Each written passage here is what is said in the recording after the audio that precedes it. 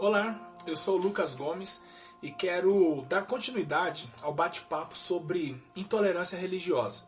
Coube a mim, então, falar sobre os caminhos da intolerância religiosa no Brasil. E nesse primeiro vídeo eu quero falar sobre as religiões de matriz africana, candomblé e umbanda. E como esses grupos têm sofrido perseguições e têm sido hostilizados não só nos dias de hoje, mas há séculos no nosso país.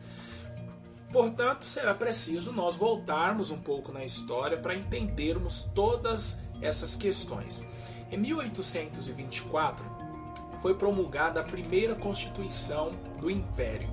E ela vigorou até 1891, quando então foi substituída pela primeira Constituição da República.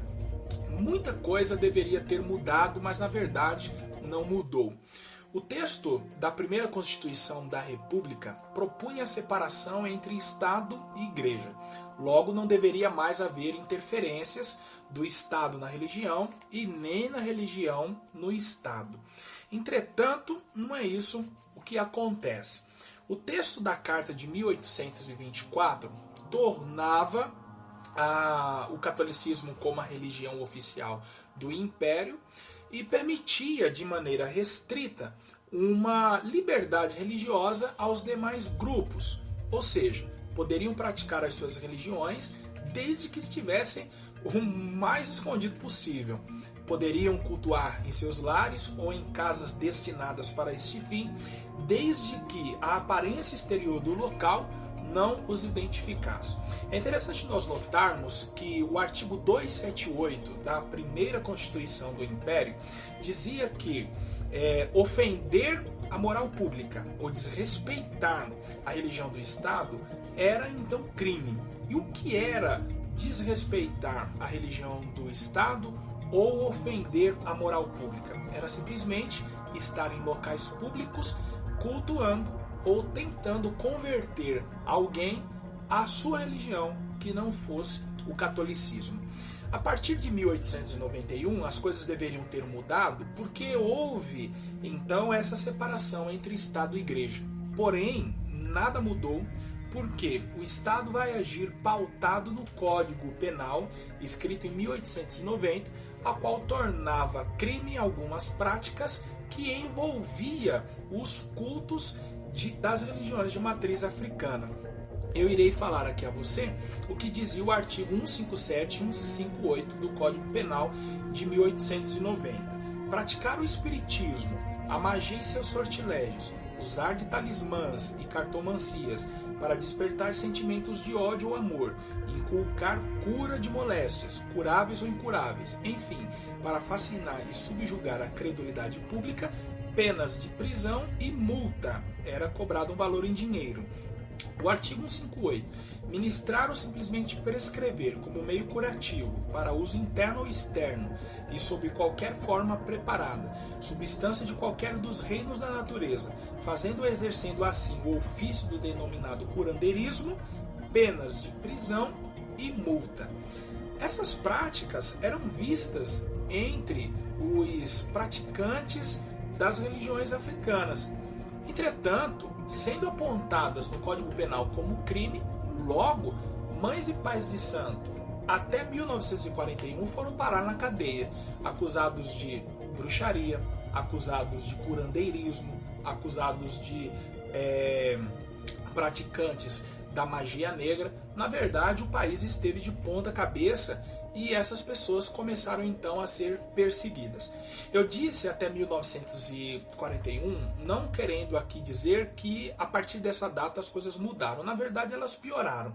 A questão é que em 1941, no Estado Novo, Getúlio Vargas vai tornar crime algo que já era observado no país desde 1830. Entretanto, ainda não havia uma lei, mas ele vai assinar a Lei da Vadiagem, ou seja, tornava agora criminoso e deveria ser preso aquele que não tivesse nenhum meio de subsistência, não trabalhasse e fosse pego ocioso nas ruas.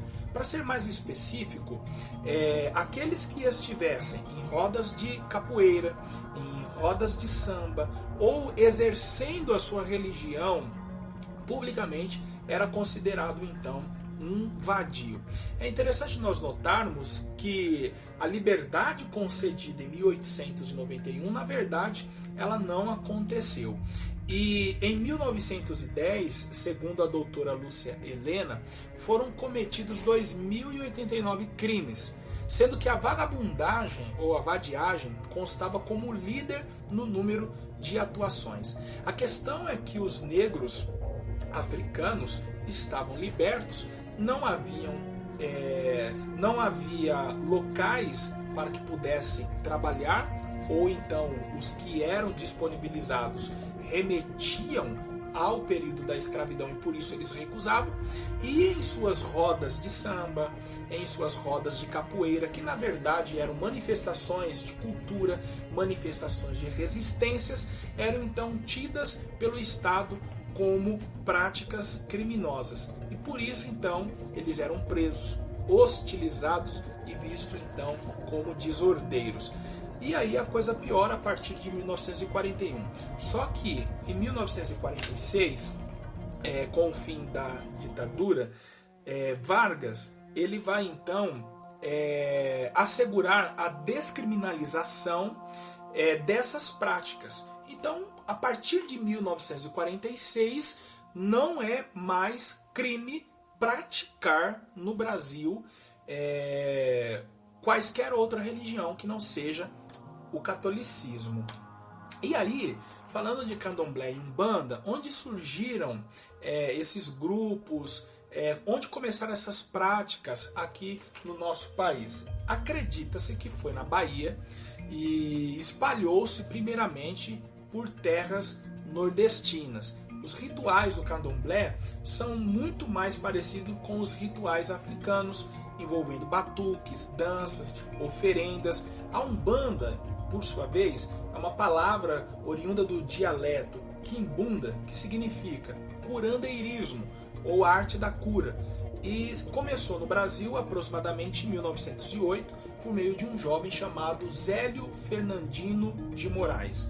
É uma religião afro-brasileira que sincretiza elementos dos cultos africanos com elementos das religiões indígenas, catolicismo e do espiritismo kardecista. Então entenda você agora o porquê os praticantes dessas religiões eram então acusados de curandeirismo. Por quê? Através dos seus conhecimentos realizavam curas, ou seja, contrariavam o conhecimento científico da época e por isso eram perseguidos. Hoje, estima-se que 2% da população brasileira pertençam a essas religiões. Embora o número seja pequeno, diante dos adeptos de outras religiões, como o catolicismo e o protestantismo, é alarmante o número de denúncias de intolerância religiosas aos praticantes dessas religiões. Segundo o Ministério dos Direitos Humanos, que adquiriu dados através do Disque 100 entre os anos de 2015 e 2017, católicos e evangélicos sofreram perseguições ou houveram denúncias de perseguições a esses grupos. 1,8% das denúncias foram a respeito dos católicos, 3,8% denúncias a respeito dos evangélicos, como sendo alvos de perseguições. Agora, base para o que eu vou lhe falar. 25% das denúncias referiam-se a adeptos das religiões de matriz africana sendo alvos de perseguição religiosa.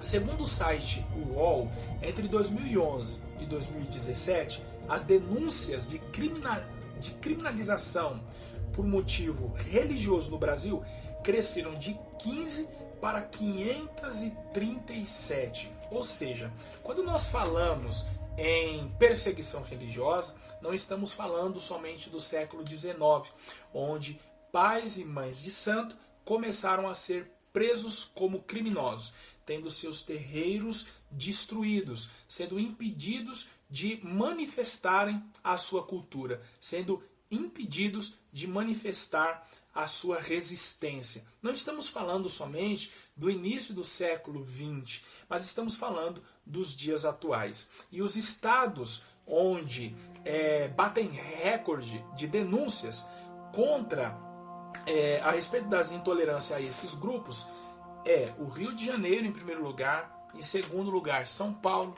depois Bahia e por último Minas Gerais. Nós temos que trabalhar para que isso não aconteça, para que não somente os praticantes das religiões de matriz africana tenham liberdade de culto, ou seja, faça-se valer a Constituição do Brasil, mas também quaisquer outros grupos tenham a liberdade de exercer a sua religião em solo brasileiro.